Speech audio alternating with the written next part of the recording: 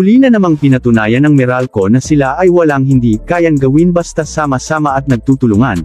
Ang kanilang team effort ay naging matagumpay upang makuha ang panalo sa Game 2. Habang sila ay sabay-sabay na lumalaban, si Christian Standhardinger ay pinabayaan nilang mag-stat padding sa laro.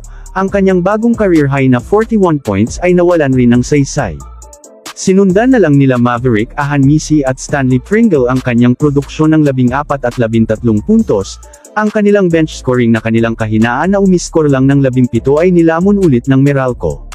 Umiskor si Alain Maliksi ng 25 puntos at si Chris Newsom ay naghatid ng 20. 8 ang kanyang ginawa sa 4th period at 9 naman ang kay Chris Banquero.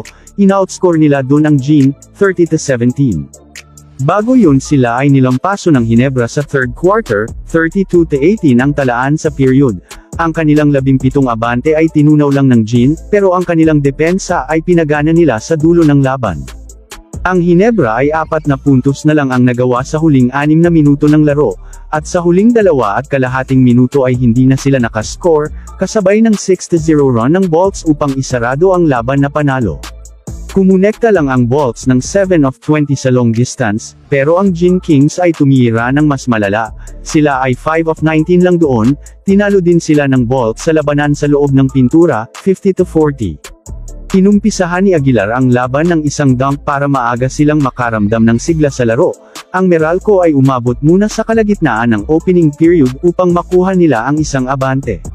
Sila ay nagtatablahan lang hanggang 2 minuto, ngunit ang Bolts ay bumitaw ng back-to-back 3-pointers, ang kalamangan ay kanilang hinawakan hanggang matapos ang period.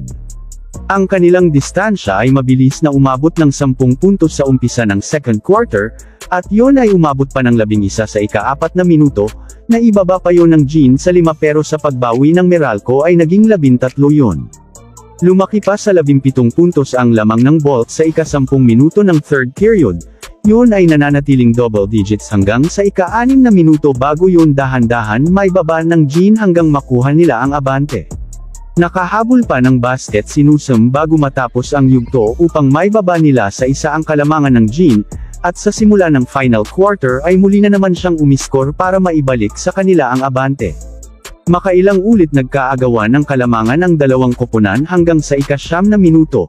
Bahagya pang nakaabante ang Meralco subalit ang Ginebra ay muli silang dinikitan. Ngunit ang Bolts ay sinagot sila ng 7-0 run, 3.5 minuto na lang ang natitirang oras. Ang Ginebra ay muling nakascore makaraan ang 3 minuto, pero ang Meralco ay umiskor ng 6 na sunod.